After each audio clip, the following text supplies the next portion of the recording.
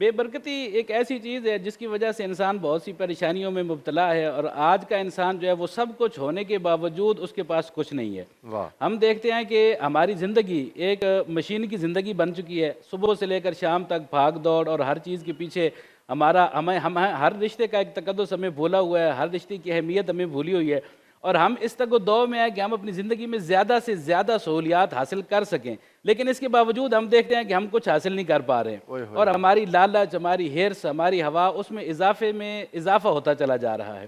تو یہ دراصل وہ چیز ہے جسے ہم اپنی زبان میں بے برکتی کے لفظ سے موسوم کرتے ہیں۔ پروفیسر صاحب، اصل میں انسان جب اللہ رب العالمین کی جانب سے اپنی توجہ ہٹاتا ہے نا، جی اور جی اللہ کی نعمتوں کا شکر بھول جاتا ہے، واہ تو پھر واہ اللہ پاک اسے دنیا کے اندر بہت ایسا خوب مشغول کر دیتا بہت ہے خوب کہ وہ دنیا کے پیچھے بھاگتا بھی رہتا ہے، حاصل بھی کچھ نہیں پا رہا ہوتا، اور اس کے نامہ اعمال میں بھی صرف سیاہی کے سوا کچھ حاصل نہیں ہو رہا ہوتا۔ قبلہ دیکھیں، آپ نے بہت خوبصورت بات کر دی۔ ہم اگر اپنا ماضی دیکھیں، ہمارے 1 ایکڑ میں کتنا فصل ہوتا تھا، ہمارے 1 کنال میں فصل کیا تھا، بڑھ گئی نا چیزیں، جی، بڑھنے کے باوجود پورا نہیں پڑ رہا۔ پورا نہیں پڑ رہا جی۔ مجھے میری دادی ماں دعا دیتے تھے، مجھے بات یاد آتی ہے، اللہ تعالیٰ انہیں صحت سلامتی سے رکھیں۔ وہ کہا کرتے تھے کہ اللہ تھوڑے میں برکت دے۔ میں بہت پریشان ہوتا تھا کہ یہ تھوڑے میں کیا برکت ہوتی ہے؟ وہ یہ ہے کہ چیزیں تھوڑی بھی ہوں، ضروریات پوری ہو جائیں۔ لیکن جب بھی آپ اللہ کی نعمتوں کی ناقدری کریں گے نا، اوئے اور ہوئے اللہ کی نعمتوں کو اہمیت نہیں دیں گے، ہوں تو اس وقت یہ بلا آپ کے اوپر نازل ہو جائے گی۔ اوئے اور ہوئے ہمارے معاشرے کے اندر یہ بلا آج نازل ہو چکی ہے۔ ہاں آپ اپنی روزانہ کی زندگی دیکھ لیں، اپنی شادیاں دیکھ لیں، اپنی دینی محافل دیکھ لیں، اپنے دیگر فنکشنز دیکھ لیں، کہ اس میں حقدار کو حق نہیں پہنچ رہا ہوتا، لیکن اوئے ہوئے اللہ کی نعمتوں کی بے قدری ضرور ہو رہی ہوتی ہے۔ اوئے ہوئے وہ ہوئے اتنا وافر، شادیوں میں کھانے کی مثال لے لیں آپ، اتنا وافر کھانا بنایا جاتا ہے کہ وہ کوڑے کرکٹ کے ڈھیر پر پھینکنا پڑ جاتا ہے۔ اوئے یہ ہوئے بے قدری ہے، ہاں یہ ناقدری ہے اللہ کی نعمت کی، کہ اللہ پاک نے رزق جیسی دولت آپ کو بغیر کسی محنت کے اور بغیر کسی طاقت کے عطا کی ہے، اور عزت کی روزی رب دے رہا ہے، سبحان لیکن اللہ، جب آپ اسے اٹھا کر کوڑے کے ڈھیر پر پھینک دیں گے تو یہ آپ اللہ کی نعمت کی ناقدری کر رہے ہیں، اور اسراف بھی کر اور رہے ہیں۔ اسراف بھی کر رہے ہیں۔ اسراف کا مطلب ہی یہی ہوتا ہے کہ کسی بھی ناحق مقام کے اوپر کسی چیز کو استعمال کر لینا۔ وہ آپ کی جسمانی طاقت بھی ہو سکتی ہے، آپ کا تصرف بھی ہو سکتا ہے، آپ کا روپے پیسہ بھی ہو سکتا ہے، آپ کی مال و دولت بھی ہو سکتی ہے، بڑی آپ کی خوبصورت بات، جان کی جو بڑی کاوش اور خوبصورت بات، کوشش ہے وہ بھی ہو سکتی ہے۔ سبحان اللہ، جب بھی آپ کسی چیز کو ناحق مقام پر استعمال کریں گے تو وہ فضول خرچی اور اسراف میں آ جائے گا، اوئے ہوئے اور ہوئے اللہ رب العالمین کی نعمتوں کی ناقدری ہو جائے گی۔ اس کے برعکس اگر ہم قرآن کو دیکھتے ہیں تو قرآن کیا کہتا ہے؟ اللہ پاک کا فرمان عالی شان ہے، لَإِن شَكَرْتُمْ لَأَزِيدَنَّكُمْ، واہ اگر تم میرا شکر ادا کرو تو میں تمہیں پہلے سے بھی زیادہ عطا کروں گا۔ سبحان اللہ، دیکھیں پروفیسر صاحب، ہمارا دین متین جو ہے نا، یہ بڑی اعتدال اور سادگی والا دین ہے۔ جی جی یہ ہمیں سبق دیتا ہے زندگی میں کہ ہم اللہ رب العالمین کی قائم کردہ حدود کے اندر رہ کر زندگی گزاریں۔ واہ جب بھی آپ اس حد کو کراس کریں گے کسی بھی صورت میں تو آپ فضول خرچی اور اسراف کرنے والوں میں شمار ہوں گے، بے اور شک، اس وقت پھر وبال جو ہے وہ آپ کا مقدر بن جائے گا۔ پھر آپ دیواروں کے ساتھ سر پٹکتے رہیں، آپ ہر طرف بھاگتے رہیں، جو مرضی کرتے رہیں، لیکن آپ کی ضروریات اس وقت پوری نہیں ہو سکیں گی۔ ضروریات نہیں پوری ہوں گی۔ سر میں آپ کی طرف آتا ہوں، ڈاکٹر محمد اقبال چشتی صاحب، ضروریات کا پورا نہ ہونا ایک مصیبت تو ہے نا، کہ بندہ سارا دن رات لگا ہے میری ضروریات پوری ہو جائیں۔ اور یہ بات پیر صاحب کی بہت پیاری ہے کہ انسان نے دن رات محنت کی، بہت کچھ کما لیا، لیکن وہ جتنا بھی ہے وہ تھوڑا ہے۔ بسم اللہ الرحمن الرحیم۔ دور جدید میں آج کا موضوع بڑا انتہائی اہمیت کا حامل ہے۔ نبی دو عالم صلی اللہ علیہ وسلم نے دین متین میں جو ضروریات کا جو کانسیپٹ دیا ہے، وہ آقا علیہ الصلوۃ والسلام ہمیشہ جب حضور دو عالم صلی اللہ علیہ وسلم کی مبارک زندگی کا مطالعہ کریں اور اسلامی تعلیمات اس کے گرد گھومتی ہیں کہ تھوڑے کے اوپر گزارا کیا جائے۔ یہ قناعت، اسلام نے پہلے قناعت کی کانسیپٹ جائے۔ دیا ہے۔ جی ہاں جی ہاں، اب اس کا کانسیپٹ حضور علیہ الصلوۃ والسلام نے فرمایا، ما عالا من اقتصدا، وہ بندہ کبھی بھی فاقہ میں نہیں جائے گا، کبھی بھی وہ حاجت جو ہے نا وہ مند نہیں ہوگا جب تک وہ اقتصاد کرے گا، قناعت کرے گا اور تھوڑے پہ گزارا کرے گا۔ ہاں یہاں پہ ہم دیکھیں کہ ہم نا، میں بھی اسی ٹاپک کے حوالے سے پڑھ رہا تھا، علامہ شامی کہتے ہیں کہ بندہ اگر پیٹ بھر کے کھانا کھا لے اور اس کے اوپر بھی ہم جب کسی شادی وغیرہ پہ جاتے ہیں، پیر صاحب نے بڑی پیاری بات کی، تو ہم کہتے ہیں بس یہ آخری کھانا ہے، اس کو کھا لیں جتنا ہم ٹھونس لیں، تو وہ علامہ شامی کہتے ہیں فتاوی، وہ کہتے ہیں کہ یہ جو زائد ہم کھانا کھاتے ہیں یہ بھی حرام ہے. ہوئے ہوئے ہوئے ہوئے ہوئے. اب اس کی انہوں نے کیا یہ دلیل دی؟ جو آپ دیکھیں جو پیروں کے پاس اربوں ڈالرز اکٹھے ہو رہے ہیں، وہ تو سر ادھر ہم جائیں گے تو بہت زیادہ چیزیں جو ہے نا وہ ایکسپوز ہو جائیں گی. نبی دو عالم صلی اللہ علیہ وسلم کے سامنے ایک بندے نے ڈکار لیا، تجشع رجل عند النبی صلی اللہ علیہ صلی وسلم. اللہ علیہ وآلہ وسلم. اب جب اس نے ڈکار لیا نا تو حضور نے فرمایا اکثر جشا کا، او بھائی اپنا یہ جو ڈکار تم لے رہے ہو اس کو کم کر، یہ ہمارے سامنے نہ لے. اس نے کہا یا رسول اللہ کیوں؟ یہ سنن ابن ماجہ کی حدیث ہے. حضور نے فرمایا اس لیے کہ قیامت کے دن حشر والے روز اللہ کے ہاں وہ بندہ بالکل بھوکا ہوگا اور محتاج ہوگا جو دنیا میں پیٹ بھر کے کھانا کھاتا ہوگا. ہوئے ہوئے ہوئے ہوئے. اب دیکھیں پھر ایک اور مقام پہ حضور علیہ الصلوۃ والسلام نے فرمایا ہے کہ کھانا اتنا کھاؤ لقیمات، چند لقمے ہوں جو انسان کی پیٹھ کو سیدھا کرنے کے لیے ہوں. واہ واہ واہ واہ. یہ نہیں ہے کہ بالکل آپ اتنا کھائیں کہ وہاں سے سیٹ سے آپ سے ہلا ہی نہ جائے. اور پھر آقا علیہ الصلوۃ والسلام نے فرمایا ایک جو ہے نا ڈائٹنگ پلان جو ہے نا وہ حضور علیہ السلام نے دے دیا. فرمایا سلسن للطعام و سلسن للشراب و سلسن للنفس، کہ 1/3 جو ہے وہ کھانے کے لیے ہو، 1/3 پینے کے لیے اور 1/3 آپ کی سانس کے لیے ہو. اور ہمارا عمل تو اس کے بالکل ہمارا الٹ ہے. عمل تو ہم جناب کیا کرتے ہیں، ہم تو صرف کھانا ہی ہم جو 3-4 سسٹم کے وہ سارے میں کھانا ڈال دیتے ہیں، کھا لیتے ہیں. پانی کہتے ہیں کہ دائیں بائیں آ جائے گا گزارا کر لے گا، اور سانس آئے نہ آئے اللہ اور مالک. پھر اسراف جو ہے، اسراف ایک ایسا عمل ہے، اسراف اور تبذیر، جس کو اسلام نے کلیتاً ممنوع اور حرام قرار دیا ہے. اور اسراف کرنے والوں کو اور تبذیر کرنے والوں کو اللہ تبارک و تعالیٰ نے شیطان کا بھائی قرار دیا ہے. ان المبذرین کانوا اخوان الشیاطین. اور بھی آیت ہے ولا تسرفوا ان اللہ لا یحب المسرفین. اور یہ آیات اصل میں نا ہم صرف قرآن کی حد تک ہم نے رکھ دی ہیں، ان کی امپلیمنٹیشن جو ہے یا اس کا اپلائی کرنا وہ ہم جو ہے نا وہ کہیں اور بھول کے آ جاتے ہوتے ہیں. الا ماشاء اللہ سارے بندے بھی ایسے نہیں کرتے ہیں. ایک مرتبہ آقا علیہ الصلوۃ والسلام، اب نعمتیں کیوں چھن جاتی چشتی ہیں؟ صاحب میں ایک عرض کروں آپ کے سامنے، خرچ کرنے میں بھی اسراف ہے تو جمع کرنے میں بھی تو اسراف ہوتا ہوگا. جی جمع دونوں چیزیں جو ہے نا جب آپ بالکل بلو دا بیلٹ چلے جاتے ہیں نا، حد سے گزر جائیں، وہ چیزیں ٹوٹلی غلط ہیں. ہاں. جمع کرتے ہیں تو وہ بندہ بخیل گنا جاتا ہے. اور یہ بھی بہت غلط ترین ایک جو ہے نا ایک جس کو کہتے ہیں عادت ہے، جس کو اسلام نے منع کیا ہے. اور جب آپ اسراف حد سے زیادہ خرچ کرتے ہیں تو اس کو بھی اسلام نے روکا ہے. لا تجعل یدک مغلولۃ جی الی اس کو عنقک بھی ولا اسلام، یعنی کہ تبسطھا کل آپ البسط. نہ تو بالکل حد سے زیادہ تجاوز کریں اور نہ حد سے زیادہ آپ بخیلی کریں. ہاں.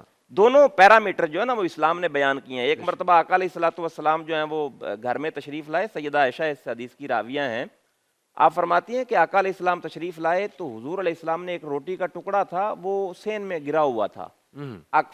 فاخذھا فمسحھا فاکلھا.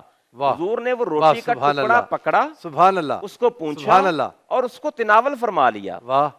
اور پھر آقا علیہ السلام نے فرمایا اے عائشہ اکرمی کریمن، جو عزت والی چیز ہے نا پروفیسر ناصر صاحب، اس کی توقیر کیا کرو، اس کی عزت کیا کرو. کیوں کہ جب رزق ناقدری کی وجہ سے اس کی آپ تکریم و تعظیم و توقیر نہیں کر رہے ہیں، جب وہ آپ سے روٹھ جائے گا تو وہ رزق دوبارہ آپ کے پاس نہیں آئے گا. آج اگر ہم اپنے سراؤنڈنگ ایریاز میں دیکھیں تو موسٹلی طور پر جو نعمتوں کا فقدان ہے، نعمتوں کا بحران ہے، وہ نعمتوں کی قدردانی نہ کرنے کے باعث ہے. قرآن پاک نے کہا نا جی بالکل.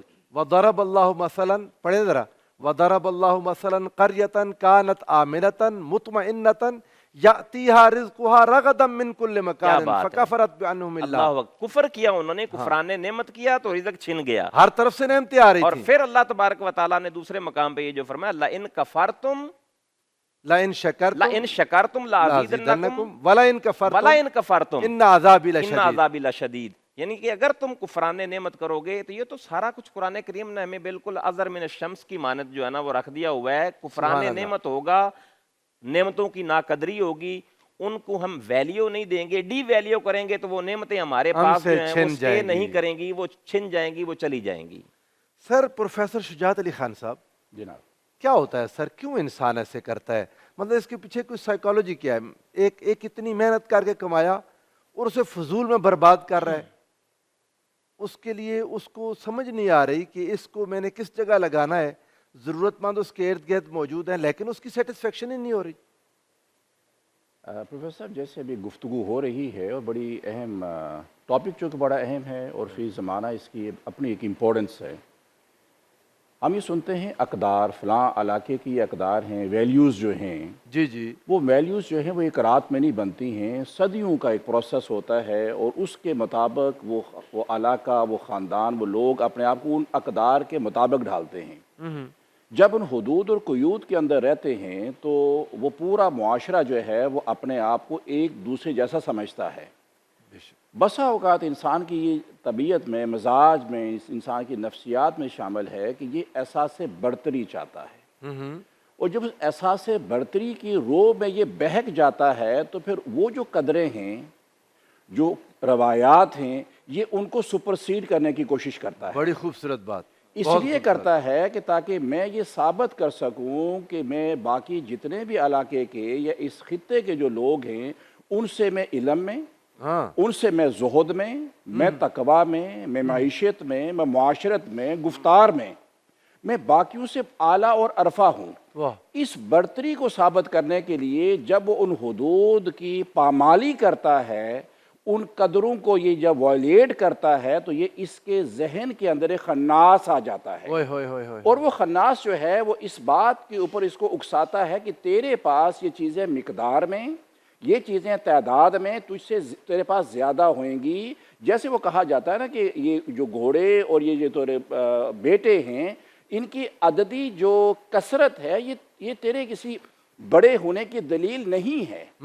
اب جس کو دلیل نہیں ہے وہ اس کو دلیل بنا کر اور فطرت کو بھی چیلنج کر کے بتانا چاہتا ہے کہ میں جس مقام پر فائز ہوں یا جو اشیاء ہیں، جو ان کی مقدار جو ہے، اس کی بنیاد پر میں دوروں سے اعلیٰ اور عرفہ ہوں. اس کے نتیجے میں اس کے ایموشنل بیلنس جو ہے وہ امبیلنس ہو جاتا ہے. واہ پروفیسر صاحب، آپ نے جو بات ہے ایک نیا رخ دے دیا آپ نے بات کو، اور بہت ہی خوبصورت بات ہے. کیا ہی بات ہے، مطلب اگر اس نیت کے ساتھ تو کوئی تھوڑا بھی خرچ کرے وہ بھی اسراف ہے جب قبول ہی نہیں ہونا. گزارش یہی ہے نا کہ جب اب اس نے چونکہ یہ برتری جو ہے، یہ سپریمیسی جو ہے، یہ جب ہمیں انیشلی سمجھا دی گئی ہے کہ اللہ اکبر، واہ وہ بلند و بالا وہی ہے. بس اب اس بلند و بالا کے ساتھ جب تو چیلنج میں آ جاتا ہے تو پھر تو جو مرضی کر لے، پھر تو فرعون بن لے، تو نمرود بن لے، تو حامان بن لے، تو جو کچھ بھی کر لے تو اس کی سپریمیسی کو چیلنج نہیں کر سکتا. ہوئے ہوئے ہوئے. تجھے اپنی حدود کے اندر رہ کر جو تجھے سلیبس دیا گیا ہے بس اس تک محدود رہے. واہ جب تجھے 2 رکعت فرض دی گئی تو تجھے کو 4 میں کیوں کنورٹ کرنا چاہتا ہے؟ ہاں. جب سفر کے اندر تجھے جو ہے وہ قصر کی اجازت ہے اور حکم ہے تو کیوں اپنے آپ کو بڑا ثابت کرنے کی کوشش وہ نہیں کرتا ہے؟ قبول ہوگا. آقا کریم صلی اللہ علیہ وسلم کے دور میں صحابی حاضر ہوتے ہیں کہ مجھے اجازت دے میں روزے زیادہ رکھوں. فرمایا کہ بس جتنا ہے اتنے رہنے دے. پھر وہ صوم داؤدی کرتے کرتے وہ آخر کا بضد ہوا، اپنی اجازت مرحمت فرما دی، کیونکہ وہ نگاہ مصطفیٰ دیکھ رہی ہے کہ اس کی جو کیپیسٹی ہے یہ اپنی کیپیسٹی سے زیادہ جانے کی کوشش کر رہا ہے. اور عمر کے آخری حصے میں جا کر وہ کیا ہے، اس بات پر وہ پچھتاتے رہے کہ کاش میں آقا کریم صلی اللہ علیہ وسلم کی بات مان لیتا. ایک بات وہ، حالانکہ انہوں نے کوئی نیگیٹو سوچ نہیں کیا ہے. تو جب ہم صریحاً اس مالک کے کائنات کو جب چیلنج کرتے ہیں تو یہ بتائیے ناصر صاحب کہ پھر ہم جائیں گے کہاں پر؟ اس کا نتیجہ یہ نکلے گا کہ آپ بھی، میں بھی، میرے بچے بھی، ماں بھی، اولاد بھی، سارے کے سارے اس حصول دنیا کے لیے جو ہیں جب کوشاں رہیں گے، لیکن ہم اس کے اندر وہ تمانیت نہیں حاصل کر پائیں گے. اور تمانیت کا حاصل نہ ہونا بیسیکلی بے برکتی ہے. وہ جو آپ نے فرمایا نا کہ بھائی تھوڑے یا زیادہ کی بات نہیں ہے، آپ کو تمانیت کہاں حاصل ہوتی ہے؟ اگر یہاں تک بھرنے کے باوجود بھی وارڈروب جو ہے 15، 25، 30 سوٹ رکھنے کے باوجود بھی، 2 گاڑیاں گیراج میں کھڑی کرنے کے باوجود، تیسری جب میری آپ پر نظر ہے کہ ان کے پاس یہ کیوں ہے، اس کا مطلب یہ ہوا کہ میری آنکھ جو ہے، میرے جو ایموشنز جو ہیں، they are not going to fulfill. جب وہ فلفل نہیں ہوں گے تو پھر تیرے اندر کیا ہوگا؟ ڈپریشن آئے گی، غم کی کیفیت رہے گی، تیرے اندر بے چینی، انگزائٹی رہے گی، اور شدید ذہنی دباؤ رہے گا کہ اگر یہ چیز میرے پاس نہ ہوئی تو اس کے نتیجے تو اپنا سکون، اپنا چین، اپنی نیند، اپنے اولاد، اپنے خاندان کے ساتھ جو تیرے تعلقات ہیں، جو سوشل ریلیشن شپ جو ہے وہ سٹیک پر آ جاتے ہیں. اندر کی بھوک ہے نا، اندر ایموشن جب آپ کے حدود کو کراس کرتے ہیں، وائلیشن کہاں پر ہوتی ہے؟ قتل کیا ہے، برائی کیا ہے، زنا کیا ہے، شراب کیا ہے، یہ حدود کو کراس کرنے کا نام ہے. اسی طرح جب ہم یہ بے برکتی کی بات کرتے ہیں تو ہم سمجھتے ہیں کہ مقدار بڑھے گی تو اس کا اور اس کا پھر نتیجہ کیا نکلا کہ اس کیفیت کو پھر کیش کیا گیا.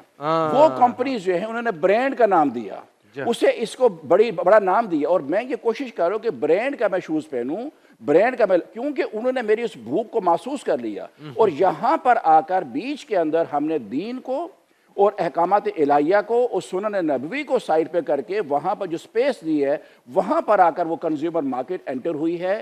وہی کھانا ابھی دیکھیں آپ رمضان کی دیکھ لیجئے, آپ اپنی ایڈز دیکھیے, زیادہ کھانے پینے کی ہوئیں گی, بوفے کی آ گئی ہے. اب بچہ یہ سمجھتا ہے کہ جو اب فی زمانہ پیدا ہوا ہے کہ رمضان صرف اچھا کھانے پینے کا نام ہے. اب جو بوفے کی جو آ گئی ہے ایک نئی انداز آ گیا کہ 4,000 میں, 3,000 میں, 2,500 میں پر ہیڈ. اب بچہ کہتا ہے کہ we are supposed to move over there for having this sort of سحر اور افطار. اب کیا ہوا کہ ایک وقت آئے گا, مجھے ڈر لگتا ہے سر, جس طرح شادیوں کو ہم نے بہت بڑا ایک مسئلہ بنا دیا ہے کہ ہی رمضان کی سحر اور افطار بھی جو ہے اسی اللہ تعالیٰ نہج میں ڈھل جائیں. سردار صاحب میں آپ کی اجازت سے بسم اللہ. سر آپ یہ بتائیں, اللہ تعالیٰ نے تو اسے کہہ دیا شیطان کا بھائی ہے, کہ جو بھی انسان, اور حضور سرورت عالم صلی اللہ علیہ وآلہ وسلم دیکھتے ہیں کہ ایک صحابی بہتے پانی میں وضو کر رہے ہیں اور پانی کے ساتھ کھیل رہے ہیں. آقا نے فرمایا یہ اسراف کیسا, وضو میں اسراف کیسا؟ یا رسول اللہ بہتے پانی میں اسراف؟ فرمایا ہاں یہ بھی اسراف ہے. یعنی آقا علیہ الصلوۃ والسلام کسی چیز کو ضائع کرنے کے حق میں نہیں ہے. جی بے شک ایسا ہی ہے جی. اور پروفیسر صاحب سب سے پہلی چیز جو ہے وہ ہمیں یہ دیکھنی چاہیے کہ جس طرح پروفیسر صاحب قبلہ فرما رہے تھے کہ یہاں بہت سارے عوامل ہیں اور بہت سارے محرکات ہیں جن کی وجہ سے ہمارا معاشرہ اور ہماری سوسائٹی ان چیزوں میں مبتلا ہو جاتی ہے. اور اس میں ایک چیز یہ ہے کہ سب سے پہلی چیز جس کی وجہ سے ہر نحوست نازل ہوتی ہے اور جس کی وجہ سے ہر ہلاکت جو اس کا پیش خیمہ بن جاتی ہے وہ ہے انسان کی جہالت اور لا علمی. آپ جب بھی کسی چیز سے جہل اختیار کریں گے تو اس وقت آپ ہلاکت کی طرف چلے جائیں گے. یہ جتنے بھی ہمارے معاشرتی ناصور ہیں جن میں ایک فضول خرچی موجود ہے, ان میں بھی سب سے پہلی چیز یہی ہے کہ ہمارے اندر یہ تحقیق ہی نہیں ہے اور ہمارے اندر یہ علم ہی نہیں ہے کہ ہم نے کس چیز کو کس طرح استعمال کرنا ہے. یعنی آپ دیکھیں نا, یہ آج کی نسل کو بتائیں نا قبلہ پیر صاحب کہ آج سے صرف 20, 25, 30 سال پیچھے چلے جائیں, ایک شخص کے پاس کتنے کپڑے ہوتے تھے, مرغا کتنی دفعہ کھاتے تھے ہفتے میں, بکرا کتنی دفعہ کھاتے تھے, چاول کب پکتے تھے. اب تو وافر آ گئی چیزیں, ضروریات بڑھ گئی ہیں, لیکن اتنی مصیبتیں بڑھ گئیں. بالکل ایسے ہی ہے. اور وہی بات پھر دوبارہ ہم کہنے پہ مجبور ہو جاتے ہیں کہ جب ہم اعتدال کا دامن چھوڑ دیتے ہیں نا اور حرص کا مادہ دل کے اندر پال لیتے ہیں تو پھر یہ ساری چیزیں جو ہے یہ ہمیں اختیار کرنا پڑتی ہیں. اور یہ صرف ہماری ذات کے اوپر اثر انداز نہیں ہو رہا, کیونکہ انسان اس دنیا میں رہ رہا ہے, اس عالم کا حصہ ہے اور اس عالم کے عمومی قوانین کی پیروی کرنے کا وہ پابند ہے. تو یہ صرف جب ہم اس قسم کی روایت کو اختیار کریں گے تو اس کا مطلب یہ ہے کہ ہم پورے جہان میں آگ لگا رہے ہیں, اور ایک کو دیکھ کر دوسرا, دوسرے کو دیکھ کر تیسرا, تیسرے کو دیکھ کر چوتھا, اسے اثر پکڑ رہا ہے. اگر ہم اپنے آپ کو, علامہ اقبال نے کہا تھا نا کہ ہر فرد ہے ملت کے مقدر کا ستارہ, اگر ہر فرد جو ہے وہ اس چیز کو سمجھنا شروع کر دے اور اپنے آپ کی اصلاح شروع کر دے, اور وہ جو ایک نخوت, تکبر اور خواہش اور کسی بھی چیز کے پیچھے بھاگنا, وہ جو اختیار کرنے سے باز آ جائے, رک جائے اور اپنے آپ کو پیچھے ہٹا لے, اپنے آپ کو وہ اعتدال کے راستے پر لے آئے, تو میرا خیال ہے کہ اس کی وجہ سے دیکھا دیکھی, چونکہ ہمارے معاشرے میں یہ رواج ہے کہ ہم بہت سارے کام دیکھا دیکھی کرتے ہیں, اپنے تکبر کے لیے, اپنے تکبر کے لیے کرتے ہیں, اپنی خواہش کے لیے کرتے ہیں اور اپنے اظہار نخوت کے لیے کرتے ہیں. جب ایک بندہ جس کے پاس نعمتوں کی کثرت دیکھی جاتی ہے تو دوسرا بندہ بغیر سوچے سمجھے اس کے پیچھے بھاگ پڑتا ہے کہ میں نے کون سا راستہ اختیار کر کے یہ نعمت حاصل کرنی ہے. اس کے ذہن میں صرف ایک چیز سوار ہوتی ہے کہ میرے پاس بھی یہ چیز ہونی چاہیے. اگر ہم اس کو کلوز کر لیں, وہ جائز ناجائز طریقے سے پھر اس کو لینے کی وہ کوشش کرتا ہے, فساد پیدا ہوتا ہے, اسی سے شیطان کا بھائی بنتا ہے. جی کیا کہیں گے آپ؟ میں یہی کہنا چاہوں گا کہ جب لالچوں کے, حرص و ہوس کے بازار عام ہو جائیں تو انسان کا جو سکون ہے وہ بالکل تباہ و برباد ہو جاتا ہے. ہر چیز میں بے برکتی, ہر چیز میں بے برکتی بھی ہو جاتی ہے, سکون, صحت, ایچ اینڈ ایوری تھنگ آپ اس کو بالکل آپ ضائع کر دیتے ہیں.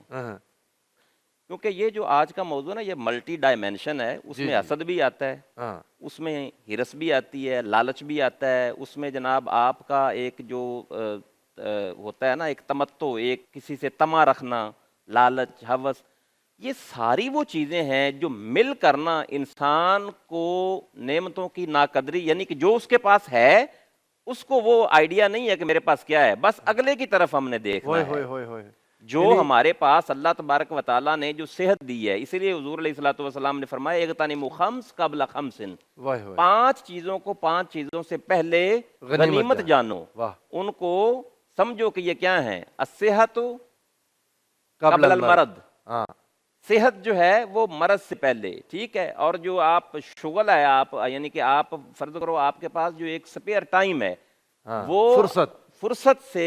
فرصت جو ہے اس کو آپ یوٹیلائز کریں۔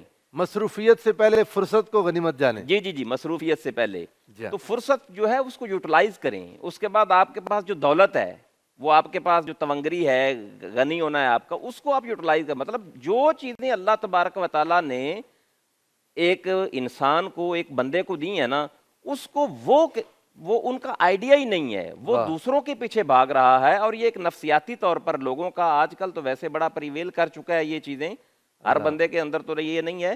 تو میں کہتا ہوں کہ ان چیزوں کو پہلے سمجھنا چاہیے کہ ہمارے پاس اللہ تبارک و تعالیٰ کی کون کون سی دی ہوئی نعمتیں ہیں، خالق کائنات نے ہمیں کن کن چیزوں کے ساتھ نوازا ہوا ہے۔ جب ایک بندے کو اس کا احساس ہو جائے گا تو میرا خیال ہے وہ ان چیزوں کے پیچھے نہیں بھاگے گا، نہ وہ کسی سے لالچ کرے گا، نہ وہ کسی سے حسد کرے گا، نہ وہ طمع کرے گا۔